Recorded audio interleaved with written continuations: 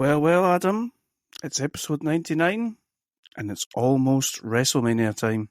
We're just a few days away from this, what has become now a two-night extravaganza. But we don't give a flying mierda, do we? We're still in the temple with our guys and girls discussing probably the greatest wrestling TV show ever made. Yeah, there's nowhere I'd rather be. Love it. Love it. So we're up to episodes 25 to 28 and still going strong. So Yeah. Let's continue on the way that we have for this season. Unbelievable that this is not like us. This is not the middle-aged Outlaws way. This should have been dead and buried by now. Alas. Yeah. It is not. Usually it would have been maybe if we'd done 4 or 5 episodes of the pod, it would have been we're done. We need to move on. I think we've seen enough now. Yeah. It's amazing. Yeah. Yeah. Okay, let's just crack on, shall we? Episode 25 was called The Way of the Drago. Yes. Do we need to do some sort of... Should we maybe just remind ourselves where we were? We had the Trios champions last time we finished off. We had the Trios champions winning the tournament, which was which we were calling the Love Triangle. Yep, the big shock upset winners. Nobody saw it coming. Yeah. Ivelisse, Son of Havoc, and Angelico. Yep. We had Drago being defeated. No, we did not. We had Drago defeating Aerostar in the best of 5. Gave him a unique opportunity. Yep. That would be to take on Prince Puma for his Lucha Underground heavyweight title. However, if he lost, he must leave the temple. Yeah. High stakes. Apart from that, we had our boy Pentagon Jr. tearing about, breaking arms. Yeah, Sexy Star managed to get one over on him. Yeah. With a roll up, and Rey Fenix had, through the help of Katarina, buried Mil Muertes. Yeah. In a coffin, a casket match. And we've had Hernandez, Konnan's pal, showing up, and we're not quite sure where we stand with Hernandez. We're not, no. And Alberto, and is that just in the last one? Alberto and Johnny? Is that the last? It was in the last. They've had a few sort of ships passing in the night, sort of bumping into each other type situations, but I don't think they've ever got physical or anything like that. Yeah, so he's kind of been... It's like Alberto's been trying to get in his head. Yeah, in the most strangest way possible. Hugging him from behind and that sort of thing. So a lot going on. I mean, that's scratching the surface, but... Yeah, there is a lot. And the way that this show tends to work is that you'll put down storylines for a week or two and then you'll bring them back to the forefront, which works for me. I think that's a good way of doing things. Yeah. Cool. Yeah. Let's crack on. The Way of the Drago. So, The Way of the Drago. So we get a bit of recap of the Shock Trios title tournament win for the Love Triangle. I'm just waiting for them saying that name officially on the show. We get a bit of a recap of Drago's story, him getting this unique opportunity. We have Dario Cueto is speaking to the crew about their failure in the Trios tag team tournament. He described it as them having missed a layup. Basically tried to hand them the titles. They got brought in at the last minute to go up against a beatdown team, and they still failed to take the gold. Yep. Dario, I think he says you were defeated by, what did he say, two men and one woman with one leg. Yeah. Dario wants to give them some real motivation, and he takes them into a room. Did he open the door of that room with his key over his neck? Was that? No, I don't think so. I think the key would have been for the next level. So he is basically indicating that if they don't step up, he is going to be basically throwing them to whatever is behind that door. He introduces them to his brother? Yeah, I don't think we knew that, did we? No. This was big bombshell announcement moment. And he says his brother is not as forgiving as Dario, and if the crew disappoint him again, they will go in the room with his brother. Didn't sound like something you want to be doing. Nah. We get Striker and Vampiro talking up the title match and the situation Drago's found himself in. I was thinking what they were saying a little bit was that you'd rather have lost this. You'd rather just be Aerostar, and you're just, well, you've got a job. You're okay. Yeah, we see Aerostar on one of the episodes going forward, and he's just so carefree, just quite happily, just doing all his daft stuff. Just living his life. So we're match one on this episode, we are going to have Fenix against Killshot. This was a banger. It was a good match, yeah. I think it was interesting because I think this is the first time we've had Killshot showcased in a one-to-one match, which I think is a little bit easier than when you're trying to follow multiple things going on in front of you on the screen. I was quite impressed with Killshot. I was liking him. Nice. We get Fenix right at the start offering a handshake that my notes keep autocorrecting. That's not Kills Hot. That's Killshot, which he reluctantly accepts. We see no sign of the Mac here or of Big Rick, so Killshot flying solo. We also have no sign of Katarina, who has been quite conspicuous by her absence since Mil got buried. She has indeed. There's some nice moves on the go here. They've got quite a good chemistry going between the two of them. Get a Hurricane Rana on Killshot onto the floor, like a corkscrew dive over the ropes by Killshot. He's another one of these ridiculously agile guys. Yes, it's like big and lanky and yeah. We get Killshot countering a DDT attempt into a suplex. We get I think they refer to these moves. So obviously we grew up. We were old. No, we were still young with the stunner. But I think they're always referred to as a cutter when they're done here. Both men down for a period of time. Killshot, he's executed the move, but he's too exhausted and beat down to take advantage. It's quite a back and forth. There isn't really, a period where it's an extended dominance by one performer. Quite a lot of recoveries and back and forths here. This organisation are very fond of the lung blower move. We get a lung blower by Killshot for a 2. Don't know if I've ever known it. I think we often just try and describe it. Like he puts him up in the air and he comes down on his knees. I've never known it to be called that, so it's good to have a name for it now. It's good to have a name. It's also quite it looks like quite a cool move when it gets executed. Killshot trying for a suplex. Fenix leaps off the top and lands on his feet. Fenix with a... Oh, right. I tried to describe this move.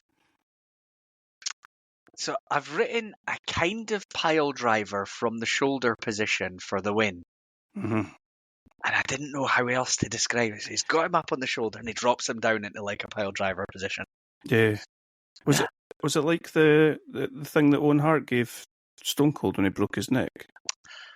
Different in that he was on his shoulder to begin with. Brings it forward. It was more of like a tombstone position, I think Owen had Stone Cold in, but then he sat down rather than went to his knees. Yeah. So they called it the fire driver?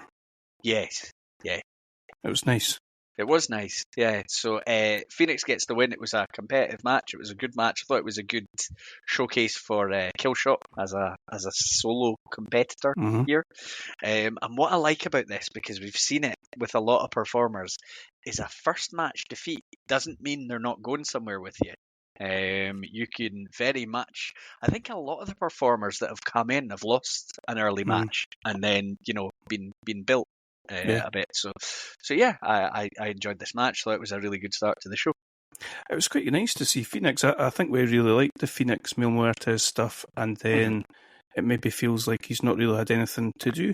Yeah. And it still feels like that, and I guess it's coming. So it was nice to see him. I think having had that little break from him, I really appreciated this match. Yeah, nice. We go to a segment. We have Dario speaking to Drago in the toilets, and he is asking why Drago has not said thank you for his opportunity. It's very J.D. Vance, wasn't it, when they had Zelensky in the White House? I think, as we've had the story told to us, Drago's a bit worried about how he's going to put food on the table for all the little Dragos after he loses his job. We have Dario saying, "You don't need to thank me, but I have a feeling you will after tonight." And I've immediately got it in my mind that Dario's going to screw Prince Puma. Yeah, Drago's winning the title. Yeah. 100%. Yeah. Because of his brother. He's going to unleash his brother. Yeah. And squash Puma or something. Yeah, we'll come back to that. It all made complete sense in my mind what was about to unfold. But never mind. We'll move on for now. He's so nefarious, Dario. But then we're going to get Dario chatting to Prince Puma about how warriors only think of victory and only a warrior can be his champion. I did the same way Aerostar and Drago when they were having their... Yeah. Likes to get in the ear of both sides. The mind games, Dario. We've got Hernandez talking to Dario, and he is not happy about the title match tonight. Dario says he will give them a singular motivation for tonight. Dario says that Hernandez is the reason Puma is still champion. So he wants to make it's tonight's match, 3-way number one contender match. So we are going to have King Cuerno, Cage, and Hernandez. And Hernandez is a wee bit, unsure about this. He's basically going to be going up against two guys that he was tagging against. So that's sounding like a bit of a stacked deck for Hernandez here. And we can see that Prince Puma has been overhearing this whole thing. He's just round the corner. He's just sat there. He never speaks. He's just got his wee head hanging a wee bit, thinking, "Oh no, this Hernandez psychopath now is coming after me as well." Heavy as the crown. Yep, and he's been champion for a long time. Yeah. We're going to go to a match. What were you thinking when this? Actually, say who's in the match and then say what you were thinking about it. Okay. We've got Famous B up against Ricky Mandel, against Vinny Massaro, and he's the main one. Hernandez. Yes, Hernandez. So I was just thinking initially, this is strange. And then I think it's pointed out by the announce team that these are all victims of Pentagon Jr.'s arm breaking. And I'm then immediately thinking, they've not been off very long. These guys have all got fantastic powers of recovery. There's some crazy stuff going on in this temple. Yeah. You hear about these like oxygen tanks that athletes go into to try and speed up their recovery. I think Dario's maybe got a few of them. Yeah, doing it, a bit of blood cycling and all that sort of stuff. Yeah, all of it. Yeah. So I was immediately, and this is harsh, these are all talented performers in their own right, but I was immediately thinking, kind of, who cares? Aye. Who's going to come and do something here? Big Rick going to come and tear their heads off or something? My immediate thought was, Pentagon's obviously going to be a bit like, these guys have all come back too soon. I need to inflict more punishment.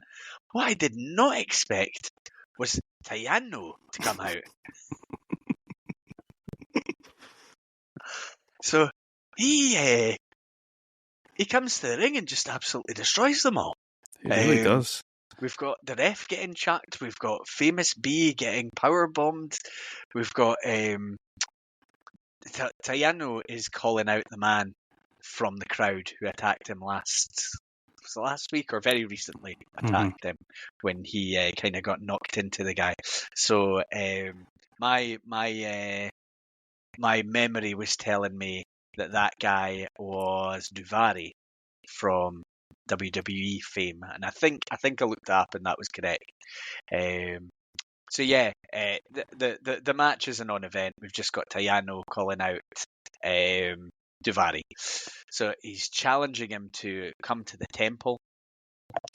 And is that the last we hear of that for that moment? Yeah, that's it. Yeah. Now we're going to a man with a yellow Aztec Pride t-shirt approaching Dario and telling him he has been camping out for a week just to see him.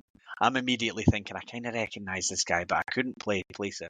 I certainly didn't recognise the name when he said it, which was Marty the Moth Martinez, and he needs to get on this show. Dario, he's kind of saying, anyone can come to this temple and fight, but he's not really having Marty the Moth. He's like, nah, you're not coming in, not you, Marty. He definitely treats this guy as a bit of a joke. He shouldn't have opened with "I've been camping out here," and he's such a big fan of Prince Puma. I think that's where he went wrong. Yeah. I'm not sure if the Aztec Pride t-shirt was too much for him either, to be fair. Yeah, bit much, bit full on. Just tone it down a wee bit, Marty. I have a funny feeling you're not going to do that, but here we are. We're going to go into the three-way number one contender match. King Cuerno, Cage, and Hernandez. So, what I liked about this, you're going in and you're thinking, I can legitimately come up in my mind with reasons why any of these guys will win, even though I had a fair idea in my mind who I thought was going to win. But they've swerved us before, bro, and it's ended up making sense. So yeah, it's basically a handicap match in the early stages, but we fairly quickly get to that moment where one of Cuerno or Cage goes for a pin attempt, and the other one's like, no. I can't allow this because I'm losing my title shot. So they then seem to come up with the strategy of they'll take out Hernandez and then they can go to each other, which is fair enough. But the problem is, this is Hernandez, and he's an absolute beast. Yeah, he's like both monster. These guys combined. Yeah. He's an absolute monster. So, they go with the double teaming, but he keeps making comebacks. Quite a chunk of the double teaming seems to involve Cage launching Cuerno at Hernandez. Just fair enough. It's probably working out all right for Cage there. There's I think a move was called an intestine buster by Hernandez, which is kind of a Samoan drop, but drops them face down. Yeah. I've got my notes. I've never seen that. There's a move I've never seen before. Yeah, I didn't think I'd seen that either. Yeah. Unfortunately, what we're going to get is Marty the Moth getting in the ring, and Dario needs to maybe beef up the security a wee bit. He's in the ring, and they all give him a bit of a beating, and he just kind of scurries off. He did. He chose the wrong match. If he jumped in with like Vinny Massaro and that, he'd have been laughing. Yeah, good point. We get Hernandez kicking Cage out of the ring, and then gets King Cuerno up in a powerbomb position, plants him down again on his front. He seems obsessed with making guys land like face down. It's like the old Farouk Dominator, wasn't it? Yeah. Like a sit-down Dominator. So Hernandez gets the win, and he is now the number one contender. So that is opening up all sorts of thoughts in my mind. The first of which was Konnan's going to screw over Prince Puma. I'm just immediately fearful for poor Prince Puma and his chances. Yep. I wouldn't call it telegraphed, because that makes it seem like it's something negative, because I think if he does do it, when he does do it, it's going to be class. Yeah. But it's happening. It's happening. Now, obviously, what could scupper everything is the title match that's going to take place a little bit later. That's very true. That's very true. So we've next got a Vampiro interviewing the new Trios champions, and this grabbed me immediately because he seemed to have a bit of disdain for two of the team members, but was instantly calling Son of Havoc my homeboy. Brilliant. There's still, you would think maybe these guys have all managed to get on the same page after the battling they've all been through, but Ivelisse wants to take all the credit for the win. Havoc's not having that. Angelico, who, flew off the office roof into the ring and all that, he's basically saying they never would have won if it wasn't for him. Still not feeling like a harmonious team here. But Angelico does say that relations outside the ring are still not good. Ivelisse is asked if she can actually fight. Her leg is in a cast, but she's adamant she can. Of course, yes. And yeah, it all breaks down a bit as Ivelisse just continues to be a bit of a dick. That's her thing. That's her thing. Yeah, I shouldn't criticise. That's her thing. We're going to the title match now. So, Prince Puma are only so far Lucha Underground champion. Crazy to think that, actually. Isn't it? Yeah. I actually thought it might jump about quite a bit through this, but yeah. And he is defending against Drago. This is Drago's unique opportunity. So yeah, win or goodbye for Drago. So at the start of the match, a handshake offered by Prince Puma, and it's accepted immediately into some outrageous agility from Prince Puma. I don't know why, because I see it in every match, but every time I'm like, Jesus. The hang time he gets on some of these things he does is ridiculous. Yeah, he's a very, very, very impressive performer. We've got Drago with a leap over the top onto Prince Puma out on the floor. So there's been a running theme here for quite some time, but Konnan is on the outside. He's given bits and pieces of advice, and Vampiro is just increasingly annoyed and irritated by anything that Konnan has to say, whereas Striker is always, I think, trying to play up the importance of having something like Konnan in your corner. Vampiro's not having it. First time as a dark shadow or something like that. Yeah, I forgot to mention this. During the Cuerno, Cage and Hernandez match, Matt Striker starts going total armchair psychologist, asking questions about why all these guys would be so jacked. And he's talking about them being bullied at school and all that. Sorry, I just remembered that. It is really...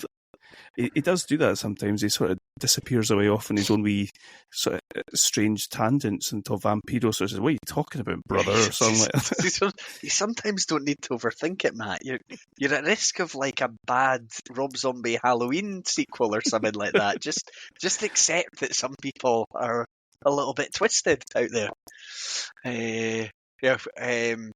Vampiro is absolutely demanding that Drago be more aggressive. He's talking about, this is just your career on the line here. And then Matt Striker pipes up with speculating that Prince Puma may not want to end a colleague's career, and Vampiro is not having that at all. He's like, nah, you're in it to win. You're in it to win. You're not thinking about the other guy. Do you feel like Drago gets more aggressive throughout his matches? Like as his matches go deeper, he gets more sort of aggressive and angry. Maybe. I mean, I noticed it in the series, the best of 5 series. Certainly, as it went match by match, he seemed to be getting more angry. But you thinking bell to bell, it just a wee boils bit. up. Aye. Maybe giving him too much credit. The man spits his tongue out for a living. We get a nice series of moves by Prince Puma, and then he tries the dragon's tail pin sequence that Drago often uses. Yeah. Drago locks in a submission move, but Prince Puma is too close to the ropes. Drago with a knee to the jaw, a kick, and a Hurricane Rana all for a 2. They start exchanging kicks and punches. There's a nice suplex into a splash by Prince Puma for a 2. Puma lifts Drago into a fireman's carry, but he kicks the ref. So the ref's now down, took a kick to the head. Drago with a Canadian destroyer, and he has the pin, but the ref's still down. We've got Hernandez coming to the ring. He definitely charges at Prince Puma. Prince Puma moves, Hernandez knocks into Drago. They're speculating about who he was really aiming for. It was fairly obvious he was aiming for Prince Puma. Yeah. Puma's looking a bit unsure about everything going on, but Konnan's telling him he's got to finish Drago. Puma does. He gets the win and retains, and that means that Drago is gone. Disappointing. I never thought I'd see a day where I'd be disappointed that Drago didn't win the title match, but yeah, I thought we were getting different circumstances there. So here we are, where I think we always thought we would get to, problems now for Konnan, his old pal, number 1 contender against his champion. And we don't really know for sure where Konnan stands. Prince Puma is looking very unhappy with the way this all went down and looks like he feels bad for Drago. Drago salutes the crowd. They chant his name. As he's leaving, he says to Dario, "We will meet again," and he does that tongue thing. You can do something too often, I would say. Even the best things. Maybe it's just what they use. He's gone away to learn a new hold. Maybe that's what's happening here. I think that's what he was communicating by doing that. Right? Yeah. Maybe he needs to work on his communication skills a wee bit. Possibly. Yeah. Maybe he could have talked his way out of this career or title opportunity match if he could just say words. So that concludes... Hold on. He definitely goes up in flames after that. Did he go up in flames, though? He goes through to like a different part of this industrial estate, and there's a massive fire. This is either the first time that they've referred to him being able to breathe fire, or Matanza, or whatever his name is waiting to like set him on fire. You don't think if he could breathe fire, it would have come up before? Well, he's a fool for no using it. True. He's an honourable man, let's just say that. Okay. So he may have burned to a crisp, he may have left a fiery trail in his wake. We don't really know.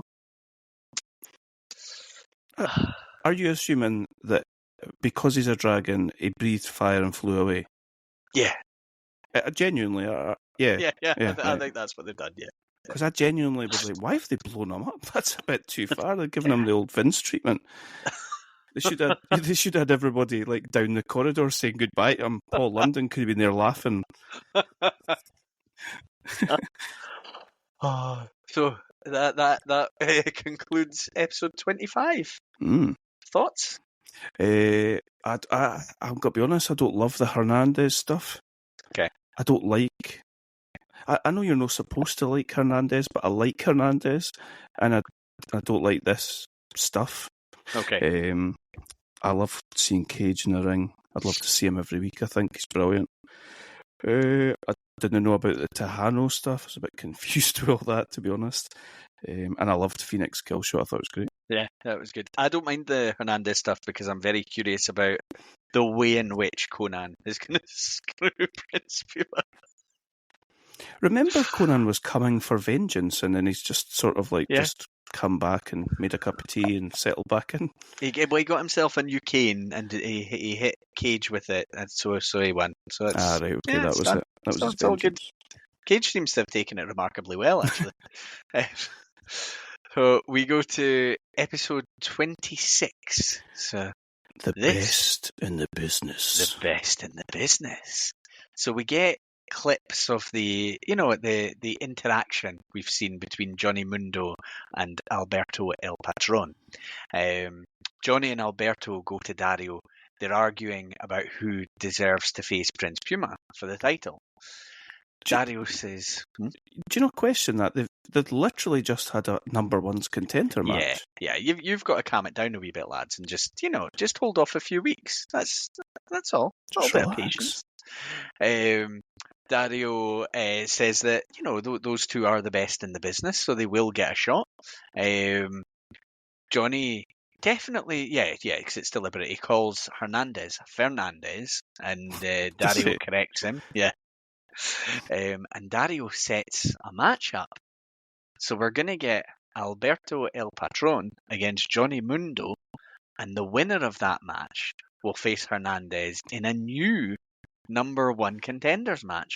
Now, I don't mind seeing it because I'm interested in, both these matches, whatever the permutations may be. But I just often feel like Dario's playing a risky game. Oh. He's already messed with Big Rick before. And now he's like, Hernandez, here's your title opportunity. Oh, no, not quite yet. I wouldn't go there. It makes more sense why feels like he's able to do these things when he's got a caged monster that's his brother. True. Maybe that just removes all fear. But I think you need to have shown people the monster before you can it's maybe act with such a way. The first meeting, just after somebody signed their contract, you just take them in and say, see? So see, look, we have an understanding here. No fucky, okay? I liked how Dario was sitting with all these different wrestlers and he had them on little bits of paper and he was like sitting like matching them up in like a tournament or something. You just imagine him sitting, this would be a good one. How can I screw with him and him? Dario. He's a character. So we get to Havoc and Angelico against two members of the crew. So is it Cisco and Cortez? Yep. End up in this? Yeah. Poor Bale always takes a back seat when there's there requires to be two. And obviously Ivelisse, I'm not sure if this is a real injury. She looks pretty limited in terms of movement.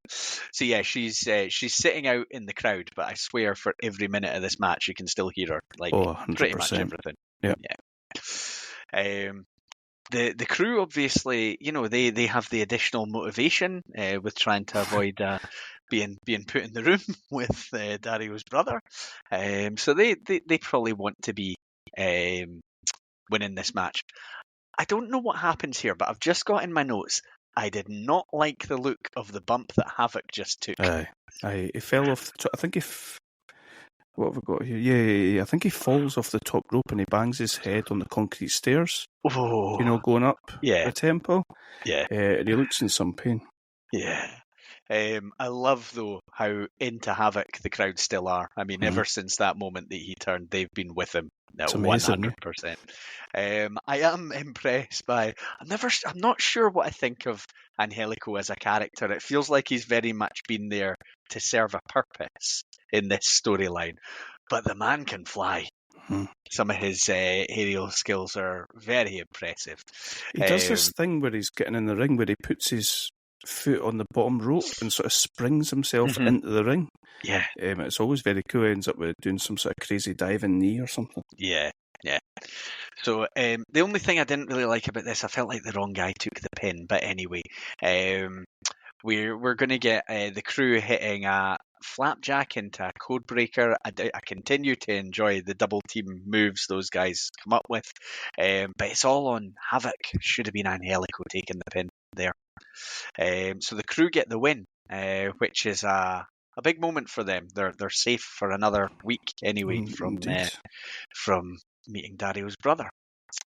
We've got Dario with what we know as the man from the crowd who got into it with Tayano. And it is Duvari. I looked it up at this point. He is kind of here as a character that is like wealthy, arrogant. He's got quite the in-ring, certainly initial pose moments on the go that we'll see fairly soon. So yeah, but it seems to be your guy that's basically kind of been handed everything and born with a silver spoon in the mouth. Right. Okay. You've interpreted that differently from me. So I thought they were sort of trying to put him over as this guy who'd been in WWE and then used the money that he made from WWE and put into like real estate and stuff like that, and Okay. he owns lots of different properties, and he's made lots of money for that. So there you go. You could well be right there. He's quite dismissive of Dario. Like, he's there having his meeting with him, but he's quite, this guy is just a guy that I'm having to deal with just now. We jump to Konnan talking to Hernandez, saying he didn't think what he did last week was cool. He questions if he was trying to cost Prince Puma the title. Dario is lurking in the background, and he breaks the news to Hernandez about the change and the fact that he hasn't yet earned his title opportunity, and he is going to have to face the winner of Johnny and Alberto. We hear that for now, Dario has booked Prince Puma and Hernandez to team up against Cage and King Cuerno. I like how Dario did that, because he dropped a clanger on Hernandez and basically said, remember, you were number one contender, well, you still need to face whoever wins out of Johnny and Alberto. Whilst Hernandez is getting totally pissed off about that, he just confuses him by saying, oh, by the way, you're in a tag team match with this guy that's standing right next to you tonight. Yeah. I really like that. Well done, Dario. It's Duvari against Tayano. So when we see Duvari, he's like balanced on the ropes with a drink in his hand. And it's just quite the look that he's got on the go. You seem impressed by this. You seem quite taken with it. We're told about how he likes the finer things in life. Maybe he's just a man after my own heart. Maybe that's what's going on here. We've got... So Melissa is doing the intros, but she bails out of the ring partway through. Obviously, she's been in a situation before. Can't blame her for this, because Tayano is sprinting into the ring and diving in, and the match is just immediately thrown out because they're just brawling. There's going to be no controlling these guys. Duvari is bailing out. He's done, and then he spits at Tayano. Ultimate heel move. I missed that. Yeah, it's when Tayano, I think, is in the ring shouting at him, and he's chickening out, and he just spits at him. Scumbag. Yeah. El Haj Juf vibes. So we've got the Prince Puma and Hernandez against King Cuerno and Cage match. Not a cage match, just match. With Cage. Bit of an awkward dynamic between Puma and Hernandez. I think you can understand why, especially from Prince Puma's point of view here. And from quite early on in the match, Prince Puma's getting a bit isolated here. We've got Cage doing squats as he has Prince Puma in a suplex position, then he jackhammers him. Vampiro is loving that. He's getting very excited. After a bit of a beating, Prince Puma does get the tag to Hernandez. Hernandez in, he's throwing people around, chucking King Cuerno into Cage, leaps over the top onto the two of them. Oh, man's ridiculous. We've got Hernandez, as they're starting to get their momentum and looking like they're getting a bit of double team moves on the go, Hernandez and Puma. Hernandez blocks Puma from his own leap out of the ring, and then just a few seconds later he blocks him from running and squashing a guy in the corner. This doesn't look accidental. So yeah, it's we get Cage with a big knockdown on Hernandez. King Cuerno leaps. Hernandez pulls Prince Puma in front of the leap. Puma gets hit hard. We've got Cage distracting Konnan as Hernandez just starts putting the boots to Prince Puma. Konnan starts backing Hernandez off using his cane. A little bit surprised to see this. Do I trust it? Do I fuck? We've got Cage hitting the Weapon X, and he gets the pin win on Prince Puma. And Hernandez just takes a walk. He's left them. He's left Prince Puma and Konnan. What is this sort of cat prowl thing that Hernandez is doing? And did he do it in TNA when we were watching? I don't remember seeing it in TNA. I don't like it. He does it. He does it a lot, and yeah. I mean, again, I think you're not supposed to like it. I think he's very happy with himself, and that's when he does it. But annoying me. It's maybe the only thing he's added to his repertoire, between then and then. Working on it. Actually, what era were we watching TNA? Was it? I think we watched up till 2012. So it's just Did we? What is it? A couple? Is this about 15? 3 years, 2015 now. Yeah. Okay. We see the mystery woman again, the Black Lotus. Yeah, we were going to think of Stifler's mum. That's what we were trying to. We were thinking of because she was in the White Lotus, and yep. That was my way of. But you remembered it anyway. It was Black Lotus. I remembered it. Yeah. And she's with again her trainer. Is that El Dragon Azteca? Brilliant. I just keep referring to him as a snake oil salesman in my notes. He says if she can take him down, then she can leave. He tells her that her parents were defenseless, but she never will be if she stays. He's putting the heavy hits on her. He is, yeah. He's got his claws right in. This isn't the moment where she actually leaves, is it? Nah. No, she sort of tries to fight him and he fends her off with one hand. At least make it look like she's making progress though. He's not read the Hustler's Handbook here.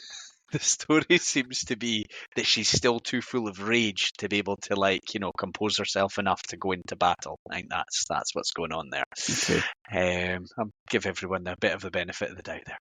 Do you know what I just think with her is I don't recognise her, right? So I just don't think she's going to be a very good wrestler because if she was, she'd still be wrestling somewhere. Yeah, we'll see. You never know. Might be totally wrong. She may be excellent and have decided to choose a different career path after this. Maybe. Good point.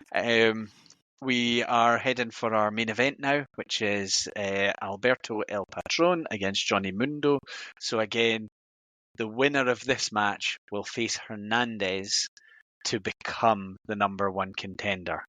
What a buffet of talent, eh? Oh yeah. I mean, we've been talking from the start about how Johnny is this top level talent, and the matches he's put on back that up 100%. I think he's helped to elevate some of the other talents in there as well. Mm-hmm. Alberto, I'm very impressed with him as a worker. I just think he's very good.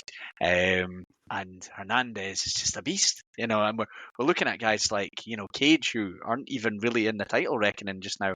Although he did just pin the champion, so we might have to come back to that at some point. So yeah, what a reaction for Alberto. Oh, the believers love him. Absolutely love him. See. This immediately for me has your big fight feel. This just felt like a big match. This whole match felt different. I totally agree. Agree. This felt like a big time match, I felt. Yeah.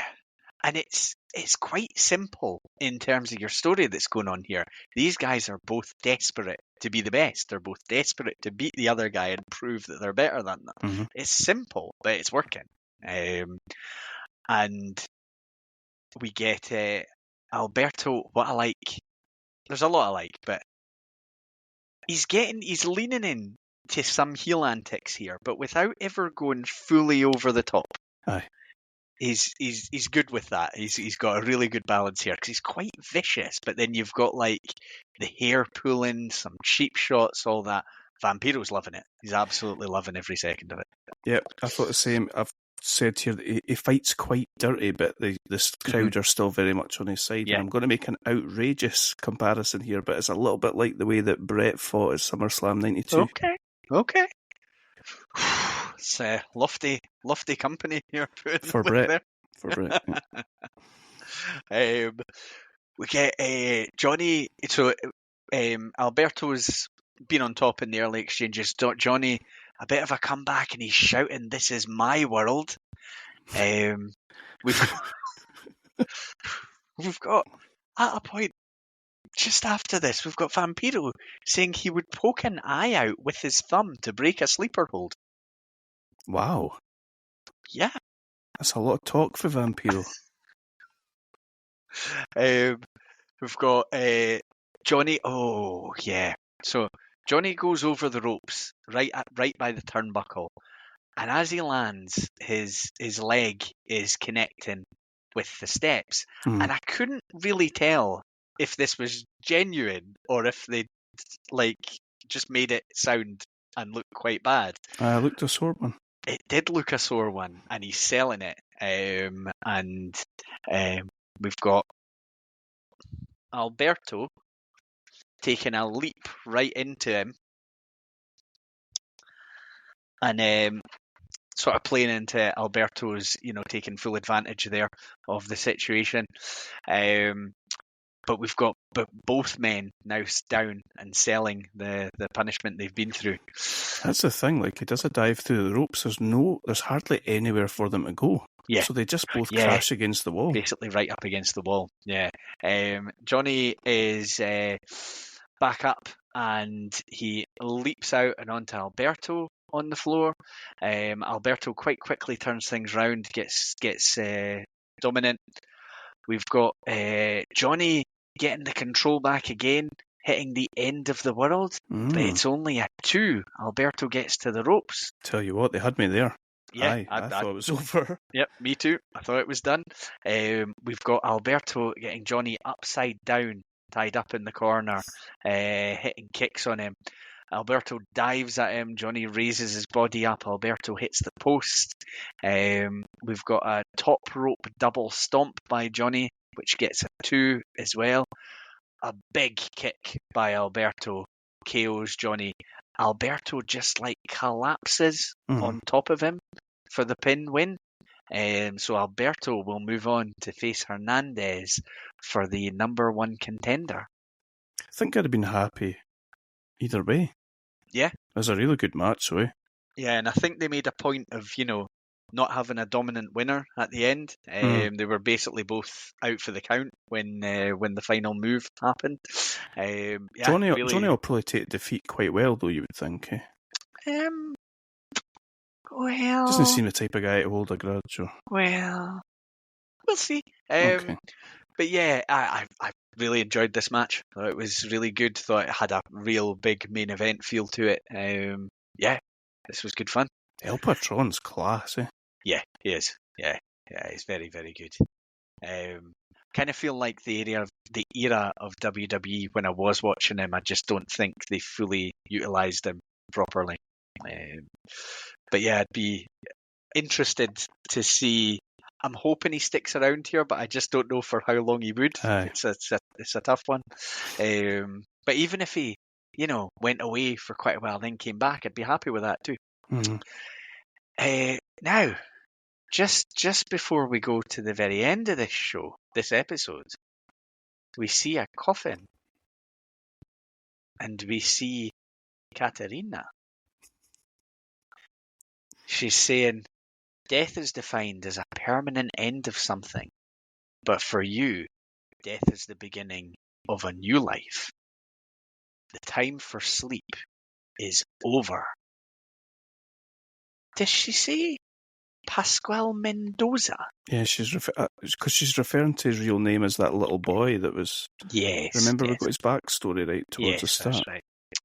She has the stone, and she says, rise again as Mil Muertes. And the eyes open. Oh, cinema. Oh. Yes. He's coming back. We was it just the last recording we did? We talked about this, how, it's surely only a matter of time. Yeah. Yeah. So episode 27 was called Ancient Medallions, and I'd suggested that perhaps whatever these ancient medallions are that are referred to here could be used to bring Mr. Muertes back, but apparently all it takes is Katarina, and it's a bit like like an updated Sleeping Beauty type situation we've got going here. Sure, there's some sort of, rising from the dead joke there, but it's too easy, and I'm not going to say it. I'm just going to, leave that be. All she had to do was grab his sack. With his stones in it, I mean, you decided to go even more lowbrow. Sorry. So yeah, that concludes episode 26. Thoughts on that one? I really enjoyed the main event. Yeah. I like getting these little sprinklings of Black Lotus. Mm-hmm. I kind of don't want it to ever sort of get to an end. I quite like these little things. I did not like the Davari stuff. I enjoyed the crew match. What about you? Yeah. The crew always impress me when they're doing their tag team combinations. Proper has the feel of an old school tag team, which I really like. And I thought the main event's one of the best matches we've seen, and felt like such a significant match. Really enjoyed that. Amazing. Okay, episode 27, Ancient Medallions. The best cameo we've had in the crowd so far. We got Rob Trujillo from Metallica in the crowd for the next 2 episodes. Yes. Yep. The tempo is over. Do you know how many episodes they record in in one go? 4, I think. Is it 4? Okay. I think so. Okay. So Dario is in this locked room with his brother. You'll maybe fill in some of the gaps that I've got here, but he's talking about having 7 medallions, which would make an athlete stronger than the Aztec gods. Yeah, so the 7 medallions from 7 Aztec tribes, which when combined will create the most powerful warrior that's ever been known. Wow. Where are these? He doesn't have them, no? I think he maybe does have them. Yeah, right? I think he must have them. They're just kicking about in a drawer or something like that. No. Well, it's quite it's up there with Dave Meltzer's office, Dario's office. There's not quite as much paper lying about, but it's quite a lot. So it could just be lying about. So he's going to start shelling these medallions out, and he gives out the first one during this episode. So I'll come back to that. We get told by Vamp and Matt Striker that we're going to be introduced to a new luchador this episode. They're talking about him like he's a superstar. Yeah. And then we get this wee gimp coming out, and I didn't quite I didn't put the 2 things together. I thought, this is just some wee jobber that they're introducing to him. We're going to get some massive big star coming later, but apparently Jack Evans was the new luchador, and they said that he's been on a tear in AAA, I think. Yeah. I refer to him as a wee gimp with too much energy, and Aerostar. I think Aerostar beats him. He does. He does. This guy Evans is like human flippy shit. Yeah, it was. I do have it was at the finisher actually. I do have what the fuck was that in my notes about the move that led to the pin. Kind of a rotating pile driver off the top. Yeah. Oh yes, it was like a Canadian destroyer but they were both on the top rope. Yeah. That was nuts. It was. But good to see our little Power Ranger friend get back in the win column. Back to winning ways. That Jack Evans guy's probably going to stay round about here, you would think. Yeah, there was nothing in the match that made me think, we need to hype this guy up. It was like, whatever, Jack Evans. Nice. In the locker room, we see Big Rick counting hella amount of money. And the Mac is looking on, just stood there in his pants, stood watching. And he's like, let me get some of this. Let me get in on whatever it is you've got going on. And Big Rick says, well, you could have had some of this if you'd helped me out in the trios tournament, but that didn't work out well. He says for the right amount of money, he'd even whoop the ass of someone in his own family. And Mac looks a bit like, I thought we were friends. Is he his cousin? He must be. He's referring to his family. I felt a bit for the Mac here. He's come along. He's done his best. He's looked all right doing his business, and then he's immediately just skint and potentially going to get killed by his own cousin. Big Rick, even Big Rick, throws him some shade. He says, it's all very well and good doing all these fancy moves, but it didn't do much for us. It's true, yeah. That's evil bastard, Big Rip. Aye. Okay, we go back out to the ring. We've got 7 competitors in the ring. Dario comes out from his office and he says there's 7 luchadors in the ring who'll be competing for one of the ancient medallions, which represent the old Aztec tribes. And it's one fall to a finish with 7 men. Yeah. I was hoping for a wee eliminator because there was some good. Yeah. It was, there was no Sexy Star wasn't it, but the rest of them were some good caliber wrestlers. Yeah, absolutely. So we had Penta, Phoenix, Sexy Star, the Mac, Killshot, Cage, and King Cuerno. A lot of those are some of our favourites. Oh yeah. Well, this is going to be hard to go through, but they seemed very deliberate in ensuring that there was just 2 in at a time, and a lot of them were just sort of hanging about the side quite a lot. Although Cage and the Mac were just like they hadn't read the script and they were just like destroying each other. Absolutely destroyed each other. Yep. We got some great stuff between Phoenix and Pentagon. Mm-hmm. Which felt like a little bit of a tease. Maybe that's just because we know that they are brothers and they've been a tag team and all that, but I felt like they were teasing something there. I really liked it. Mm-hmm. We had Killshot and King Cuerno going back and forward. Yeah. That, I'm not going to write what I've got to write in my notes. Sexy Star sort of dipping in and out, getting involved here and there. Mm-hmm. To be fair to her, she's quite good at that in these multiple people matches where she just sort of turns up on the top rope, hits a Hurricane Rana and gets back at the ring again. I was so convinced she was going to win and you were going to lose your shit when we were recording this. I just was waiting for the roll-up. Just the roll-up on Penta. A Cage, now that's 2 episodes in a row, Cage has done a 619. Yeah. Which I love. I really like it. He's so big as well that he kind of does it like with his knees like up at his chest. Yeah. And then he takes Sexy Star's head off. We get some... we get Mac and Killshot sort of working together against Phoenix and Pentagon. They do some crazy sequence of moves with each other, which is really good. Yeah. Pentagon does this a lot, but it just runs up and like volleys Sexy Star in the leg. Yep. And then he just folds her in half with the driver. What do you call it? The package powerbomb type thing. Yeah. What else we got going on? Springboard corkscrew dive by Phoenix onto Pentagon. Cage does that thing where he catches Phoenix coming out the ring. He catches him in the suplex position. Yeah. And then when he's standing on the outside with him in the standing suplex position, and Killshot dives onto both of them over the ropes. Mm-hmm. Crazy. Absolute crazy. At one point, Pentagon's got Sexy Star on his back, and whilst he's got her on his back, he also hits the package power driver on Phoenix. Yeah. He goes for the arm break on Phoenix, but Sexy Star intervenes. We get Phoenix hitting the Poison Rama on Pentagon, followed by a standing moonsault, and he takes advantage of everybody else being out of the ring and gets the win. Yeah. Didn't expect Phoenix to win that. No, I like... They do this quite a lot, don't they? Because you're looking at all the big names that are in there, the big performers, and a few times they've gone with somebody who maybe isn't on your radar as random.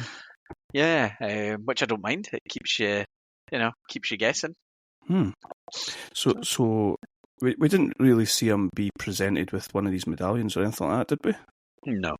No, it's just we're to assume that he gets one of these medallions, and we don't know if it like powers him up or what. Maybe you need all 7.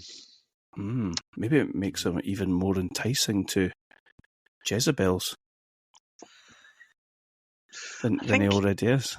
I mean, we speculated before. I'm fairly sure Katarina was just using him. She does confirm that with in the next 2 segments. So let's.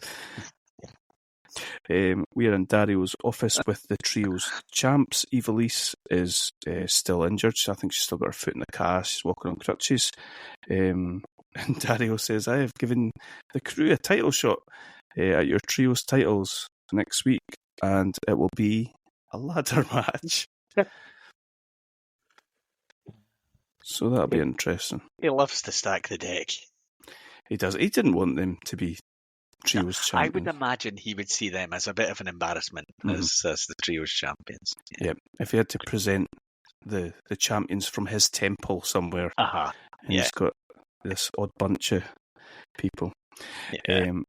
Okay, Fenix is in the locker room. The lights go out. That sounds a bit like WWE 1999, but like it's not as hokey as that. He's genuine, like he's in the locker room and the lights go out, and Katarina's there when the lights come back on. She wastes no time in telling him that he fell right into her trap, and that. Is it that he needed the power? Oh, she's talking about Mil. She says he needed the power of 1,000 lives. They took that from him, and now Mil Muertes is coming for Fenix. Yep. Poor Fenix. What did he do to deserve this? I feel like, what chance did he have? I mean, he basically rescued her a couple of times from bad-looking situations. She, performed some sort of wily minx routine on him. And, he's... What is he to do? I think we all would have done the same in his position. To be fair, I definitely wouldn't have. I would just have ran away from the giant guy that was hauling people about with her face. But that's fair. Yeah. She does all her whispery magic, and then the lights go out again, and she's gone. And then Fenix looks up on top of the lockers, and 3 men in Halloween costumes are staring back down at him. They've got like skeleton masks. Yeah. And they're doing like a sort of, I don't even know how to describe it. What John Moxley walks like. They're like higgledy jiggly behaviour. That was weird. Yeah, it felt, maybe the first time I felt that was a little too hokey for me. They didn't need that bit. They were fine where they were. Scary enough. Yeah. That takes us to our main event, which is Hernandez versus Alberto El Patron for the number one contendership. And we're told that this match must end in pinfall or submission, so there'll be no disqualifications. Yeah. And that will certainly come into play. We get a lung blower in this one. We get Big Hernandez pretty much taking control right out the gate. Mm-hmm. But they do go back and forward, and Alberto gets back into it. Alberto looks like he is starting to rev up. He's doing the CCC. He's going to go for the armbar. Yeah. And just like that, the whole thing changes on its head. Johnny Mundo appears from nowhere, drags Alberto out the ring, and fucking launches him through Dario's window. Dario's office window.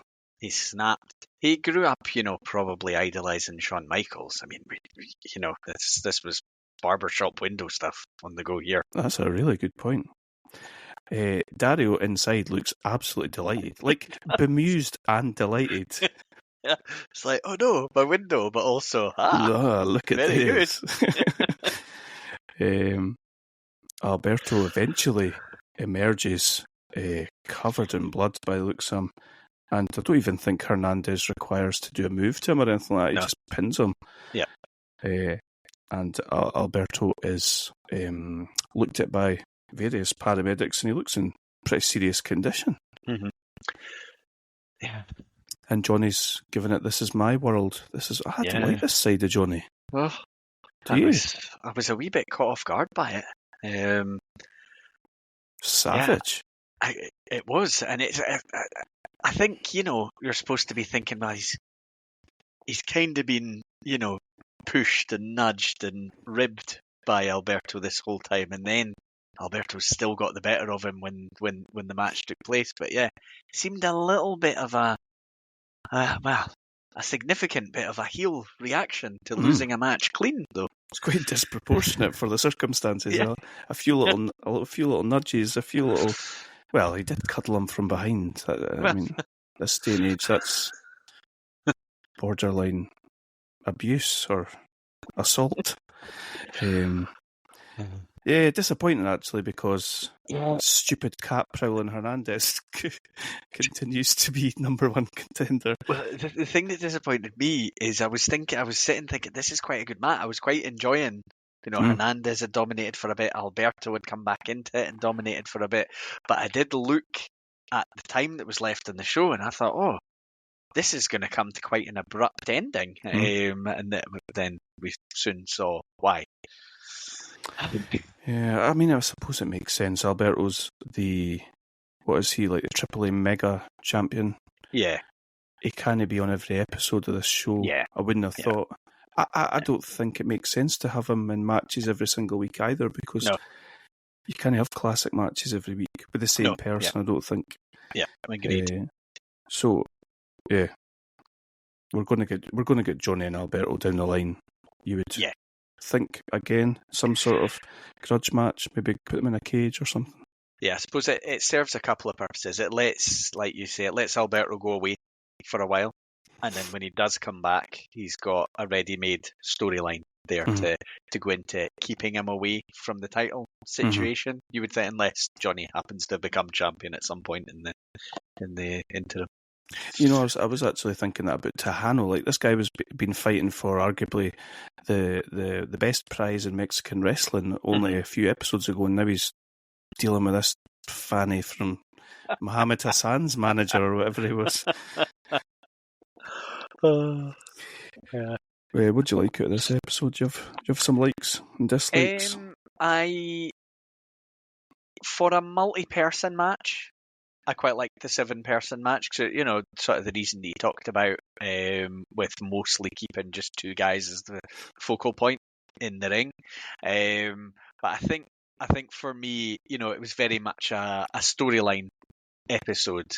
So we've been told the story of the medallions. We've had the Katrina situation with Fenix and coming back with Mil, and we've had basically this main event just descend into splitting off these storylines, I think. So storylines all fine. I would have quite liked that to have been a longer match that saw some, real conclusion, but hey-ho.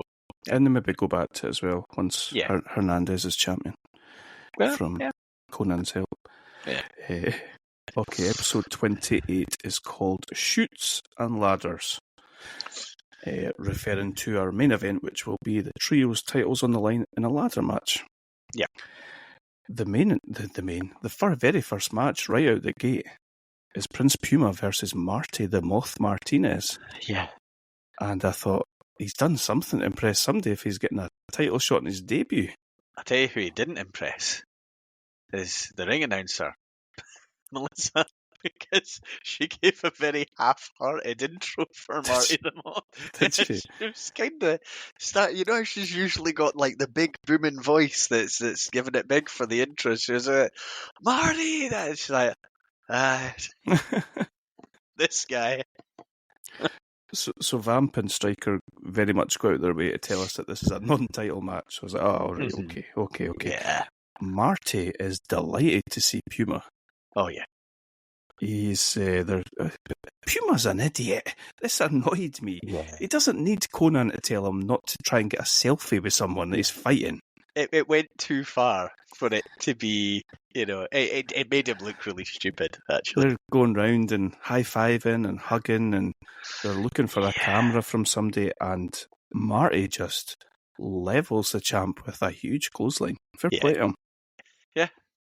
He's also got a young Randy Orton-esque standing dropkick in his repertoire as well. Yeah. Very nice. He goes for a moonsault, which he misses, which sort of allows Puma back into the match. He hits that sort of spinning blue thunder bomb that he hits, which is very nice, and then hits a 630, and the initial debut of Marty the Moth is over already. It's disappointing for Marty. Yeah. Thrown him in. He's very much been thrown in at the very deepest of deep ends. Yeah. There, and he's spam a little bit. Yeah, he did okay. He did okay. He's better than fucking Superfly or Vinny Massaro, I'll tell you that much. I was going to say nobody else has beat Puma, but actually several people have beat Puma, just never for the title. Hernandez appears at the top of the stairs. Thankfully, he doesn't cat prowl down the stairs, but he does slowly make his way down the stairs. Konnan calls him a sorry son of a bitch. He does, yeah. And he says that the champ will take care of him right now if that's what he wants. I think he also calls him baby nuts. Yeah, that was, yeah. And the crowd started a baby nuts chant when he started, because Hernandez backs off and says, no, I'll do it when I'm ready. And Vamp very much appreciates this. He's not going to be goaded in by this, by Konnan. And he leaves to a chorus of baby nuts. Quite a strange thing to say. We get a sit down between Vampiro and Johnny Mundo, and I really liked the way that Vampiro moderated this, because it felt a bit like two guys on two different shows. Vampiro basically asked him why he did it, and Johnny did like scripted wrestling promo number 4, and Vamp's like, nah, I'm not having that. Can you tell me why you did it? Because you're not answering me. It's sort of like, I take your confidence, but you're not answering the question or something like that. Absolutely love that. Yeah. I wonder how scripted or if that's just if they do that off the cuff or whatever, but it's class. Yeah. First he says he did it to make a statement, and Vampiro says, so it was jealousy.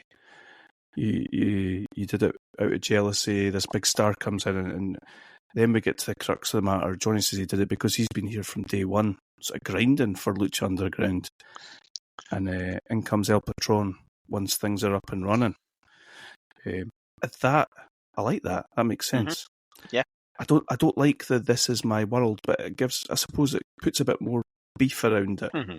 Yeah. Johnny says, "Lucha Underground is my world," but you already knew that, with a little wink towards Alberto. Yeah. Is that his thing? Is that Alberto El Patron's sort of catchphrase, but you already knew that? Yeah, I think so. Yeah.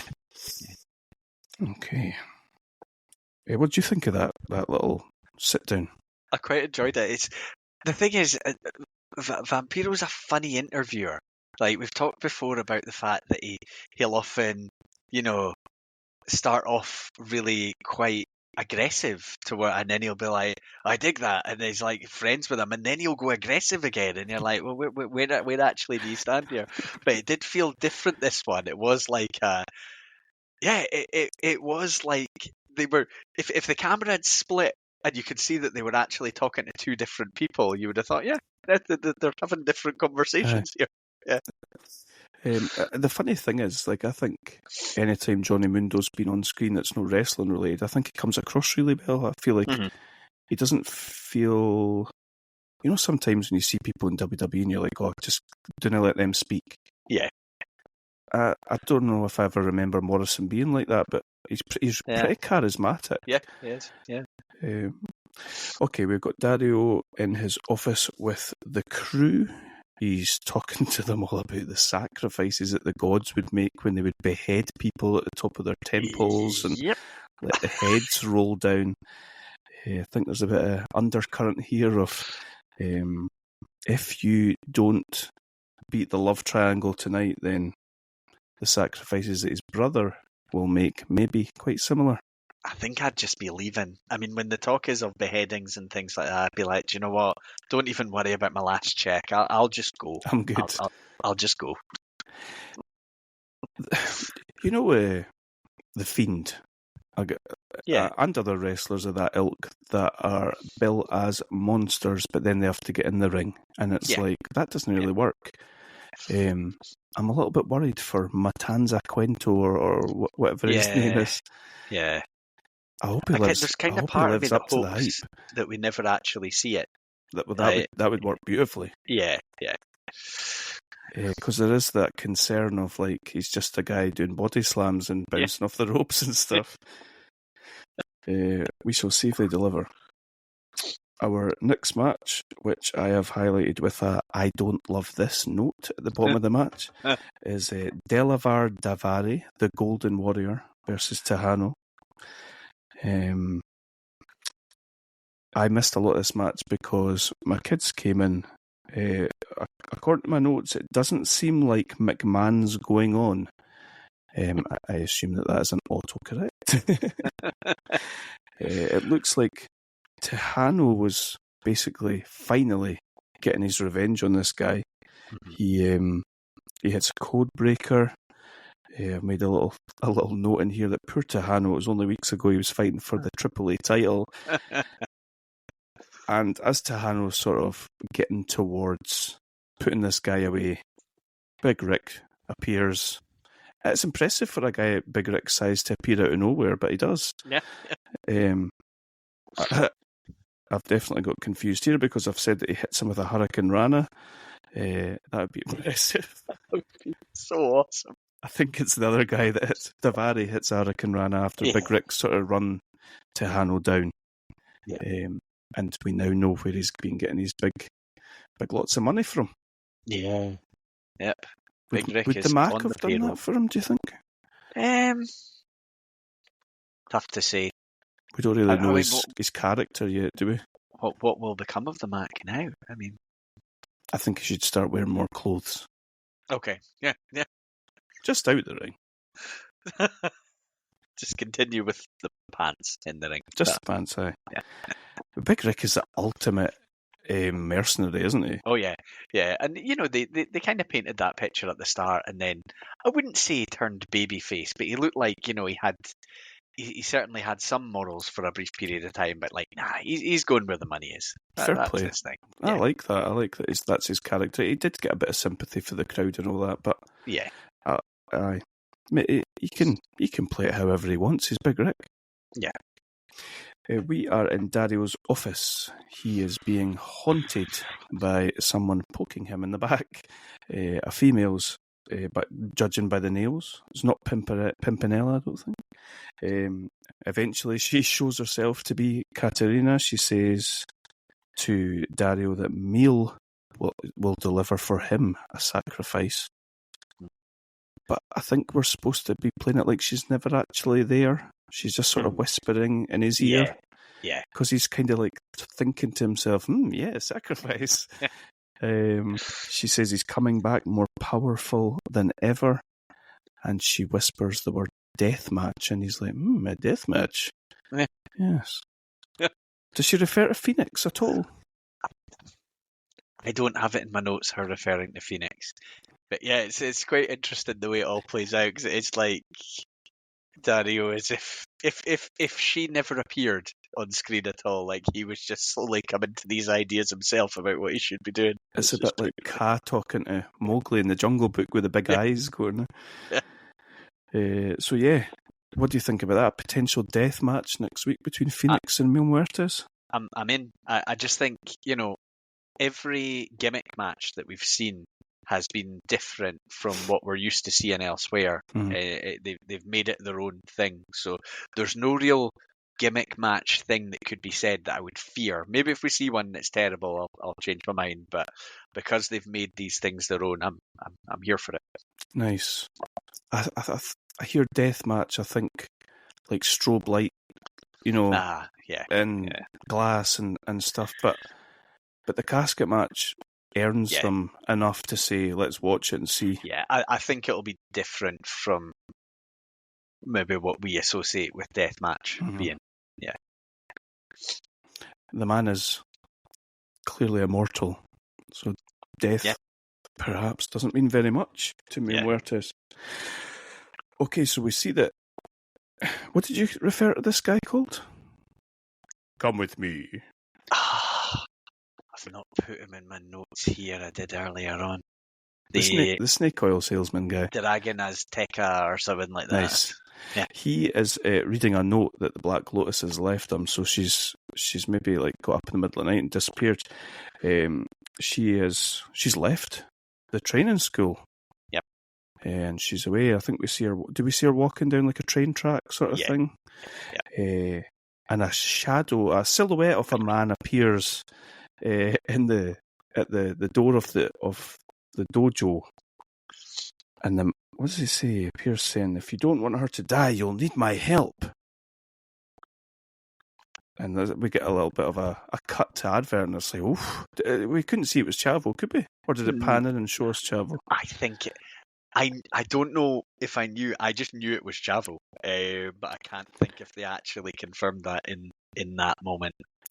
So they come back to us, and they're sitting down having a little chat, and Chavo is telling them that his family and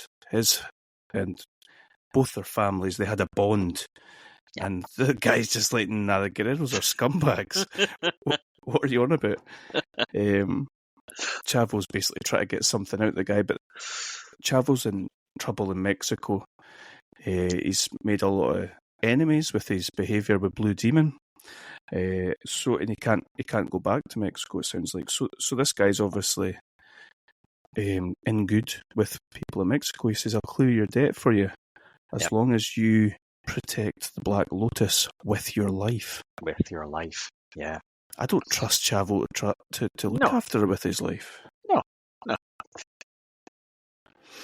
I also don't trust it. See, I don't trust this guy. I don't think he's in good with anybody in Mexico. Nah, I think he is. Well, you've been calling him the snake oil salesman for the full episodes. That's your thoughts made pretty clear. But yeah, I like that they've went. Nothing is lost in Lucha Underground, is it? Like, even if you don't see somebody for like 10 episodes, whatever was happening is still relevant. Yeah. It's not just dropped. I love it. Okay, so we've got a Trios Championship ladder match, which is for the Trios Championship. That's our main event. The Crew versus the Love Triangle. And Ivelisse is coming out in crutches, so it's basically a handicap match, 3v2. Yeah.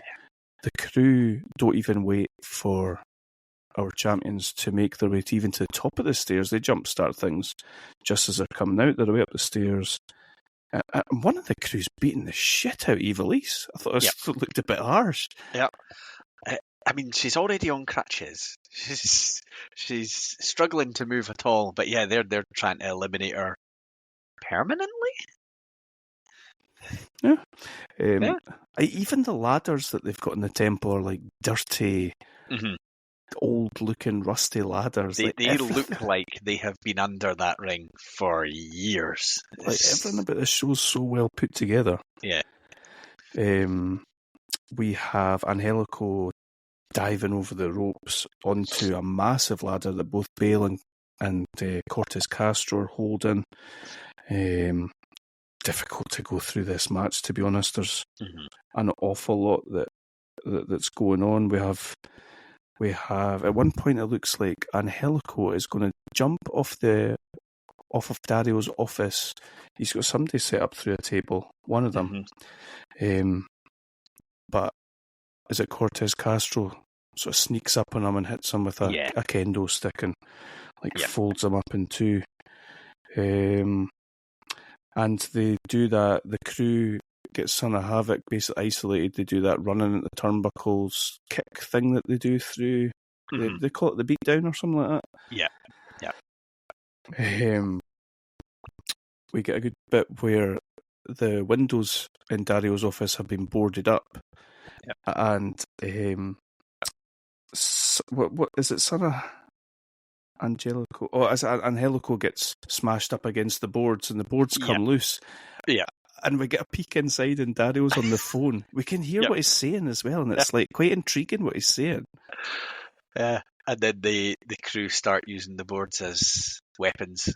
And yeah, he's just continuing his phone conversation. It's a long conversation he has. He's continually going back and forth with whoever this is on the phone. What have we got here? Angelico. Yes, Angelico looks like he's going to dive off the roof. We got Mr. Cisco comes flying out the office. Yeah, so at some at one point. There's a point where Angelico tips the ladder and one of the crew is on it, and it basically goes in through the gap into Is that what Dario's happens? office. Right. And then a good few minutes later, launches himself out through the window. That was brilliant. Really cool. The big thing in this match is another crazy ass Angelico dive from the office into the ring. This time, I would say, goes one better. We have Cortez Castro climbing the ladder. Angelico dives off the roof, like I say, and hits like a missile drop kick. Yeah, crazy. Like that's like diving off the Hell in a Cell or something. Yeah, just like because when you're doing a missile drop kick, obviously you're from the moment you leap, you're going downwards. But like for the judgment of him leaping through the air, drop kick position, because he looks like he clean connects with the member of the crew that's on the ladder. It's absolutely ridiculous. Yeah, he's like climbing the ladder, so he's judging. Oh, it's crazy. Absolutely crazy. This basically leaves every man in this match laid out.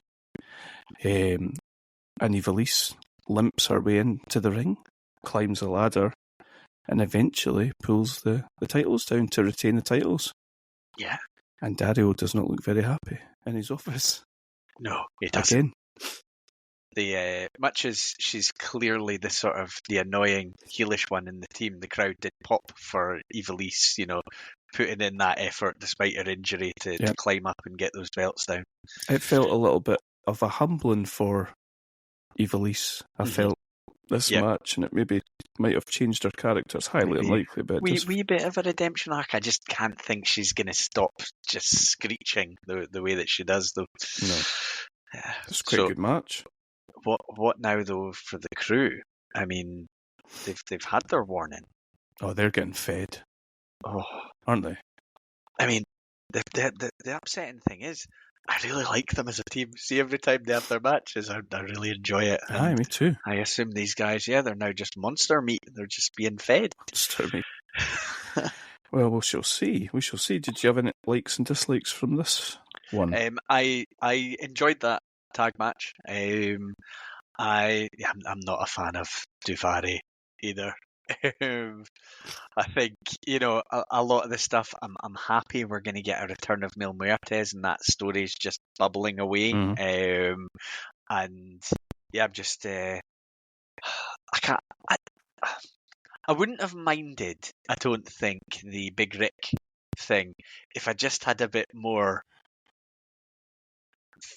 belief in the guy he has aligned himself with. I just don't know how he's going to carry that story, but we'll see. I think Black Lotus makes it to Temple by the end of the season. Yeah, I wonder if it sort of culminates with this stuff with the crew as well. Yeah. Maybe Chavo gets eaten by Brother. That would serve him right for all his behaviour. Yeah. So we've got some stuff to look forward to. So I'll tell you the names of our next 4 episodes. Yep. Episode 29 is called Fight to the Death. So that pretty much confirms our death match between Fenix and Mil Muertes. Yep. Number 30 is called Submit to the Master. Oh. Okay. Are we getting the Master going on there in a submission match with Pentagon? Ooh, yeah. That seems too early to have unveiled the Master for Striker to finally throw off his shackles. Still sticking with that. Nah, it's never happened. 31 is called The Desolation of Drago. Okay. Which is interesting. Yeah, he's only just gone. And 32 is called All Night Long. Oh. And that's the Mil Muertes and Katarina sex celebration. Well, I'm sure they would find a better way to run with that type of gimmick match than WWE did. I assume All Night Long is... I'm going to go ahead and assume it's an Iron Man match. That makes sense. people. I wonder if... I guess Hernandez must get his title match in there somewhere. Mm-hmm. Yeah. So, yeah.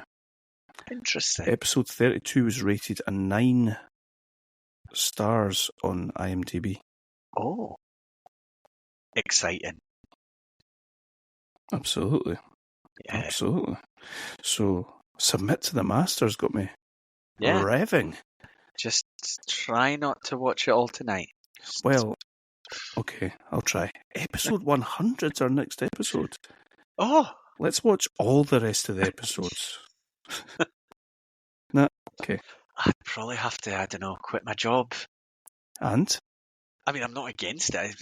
Maybe if there's some sort of glitch where they keep paying me. We can look It'd be a risky, thing to hope to happen. I tried to explain to my wife, well, I thought they were just going to keep paying me. Is that not how it works? Oh, dear. I thought I could watch Lucha Underground, but just continue. No, doesn't work that way. There's 4 seasons, though. Okay, let's have final predictions for the Master, for Pentagon's Master, because he's surely coming out in these episodes. What if it's Drago? No. Okay. Let's whittle it down to like 5. 1 being somebody we've never seen before. Okay. 1 being Striker. Do you even think Striker's worth considering? No. Okay, you thought maybe Rey Mysterio? Yeah, it's not going to be him because I know he was away from WWE programming for a while. Was he? I just think whoever this is has to be a heel, and has Rey Mysterio ever been a heel? No. Well, he had horns at one point in WCW. Well. What if it's La Parka? Nah, can't it be La Parka? No? He would come under the not seen him yet category. I take it we both think it's Vampiro. I've thought for a few weeks it could well be Vampiro. I did wonder, see, when Vampiro looked like he was going to step up and do something about when he Melissa. Yes. And then he didn't. Well, he didn't get in the ring, but I had wondered, is he, if he's behind it, no, that's too far. Is that his way of telling him? Yeah. So yeah, I do wonder about that. In terms of, totally left field ones, I do struggle a bit because it's hard for me to imagine who could just turn up. Homicide. Well, if we'd had somebody in the crowd and they'd only like sort of shown them every now and again or something like that, then I think it has to be somebody that's, like a higher power type that's already on the show. Could be Dario. Well, maybe it's when you say higher power, maybe it's like a power that's just a bit high. Maybe it's Jeff Jarrett. Because at that time he was, a bit off his face, I think. That would be incredibly disappointing. He just walked out with his guitar over his shoulder. That's right, slap nuts. No, I think that would be the end of me and Lucha Underground. Are you telling me that Jeff Jarrett is in Lucha Underground? No, that is not. I have no idea. Right, Jeff okay. Jarrett. I just remember when we watched the Vampiro documentary, I think it was at a Triple A show, that yes. he was a mess. What if it's Karrion Kross? What if it's Killer Kross?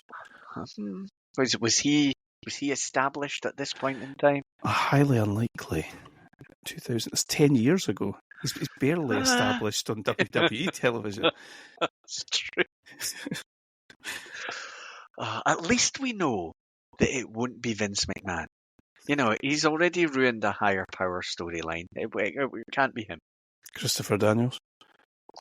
It's more likely than it being Vince anyway. It's going to be Vampiro, isn't it? Yeah, I think so. It's funny that you said that, because the only thing that sort of put me off thinking that was the Melissa Santos thing, because he did seem like really aggressive. He seemed genuine. We'll see. I just wonder if that was his. No, that's over the line. Get back in your lane. Okay. Yeah. You can do it to all these people, not that. I think you might be right. Fair play. Right, well, we shall certainly see. Yeah. Once we've watched the remaining episodes of Lucha Underground to review our next. How many episodes would that be? 1, 2, 3, 4, 6, 7, 8, 9. Just 11. 11. Did you say one of them's long? One of them's an hour and a half. Yeah. So just 11. We could do that for episode 100. Or we could just live stream them. No, you can't do that because we'll. But we could. What's the word? What do they call that when you watch and you talk at the same time? Must be some kind of young person thing. Siobhan and that do it. They like a watch along. All right. Well, yes. Now, do you have to pay rights to do that? Probably only if you get so many listeners. I mean, yeah. No, we're good. We're good. LRA Network are not scouring Scotland to look for people watching Lucha Underground. The only problem I would have, see right now, like I'll be taking my notes and watching, and then I'll be writing, and something will happen. I'll be like, oh man, I have to back up a wee bit and see what actually happened, that there's been a big reaction to. So I think if I was actually trying to talk about something as it happened, it'd just be an incoherent mess. Well, some might have a smart arse comment to say about that.